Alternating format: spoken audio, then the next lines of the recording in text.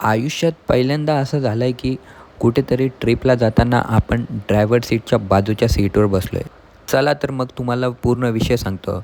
नमस्कार मित्रांनो, आज आपण निघालेलो उज्जैनला. तर विषय असा आहे भावांनो, की कस्टमरला आपल्या गाडी चालवता येते. पण एवढ्या लांबचा प्रवास होता आणि ते नवीन असल्यामुळे आपल्याला ते सोबत घेऊन चालले होते. मग काय निघालो आणि लागलो बघा डायरेक्ट समृद्धी हायवेला आणि हा बघा हा कसाऱ्याचा टनल आला. 8.5 किलोमीटरचा टनल क्रॉस करून इगतपुरीला आम्ही एक्झिट केलं.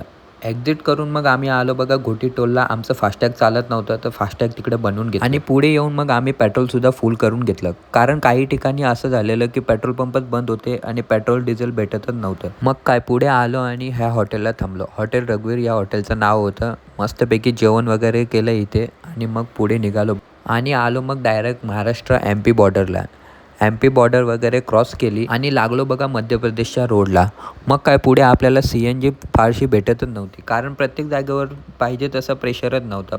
मग काय CNG वगैरे भरली आणि आपल्याला ते एवढी झोप होती, कारण कस्टमरने थोडीच गाडी चालवली. मग काय रात्रभर गाडी चालवून मी पण खूप थकलेलो. मग मित्रांनो आलो बघा डायरेक्ट उज्जैनला रूम वगैरे घेतलेली. तर चला मग मित्रांनो भेटूया नेक्स्ट डेला पुढच्या ब्लॉगला. बाय.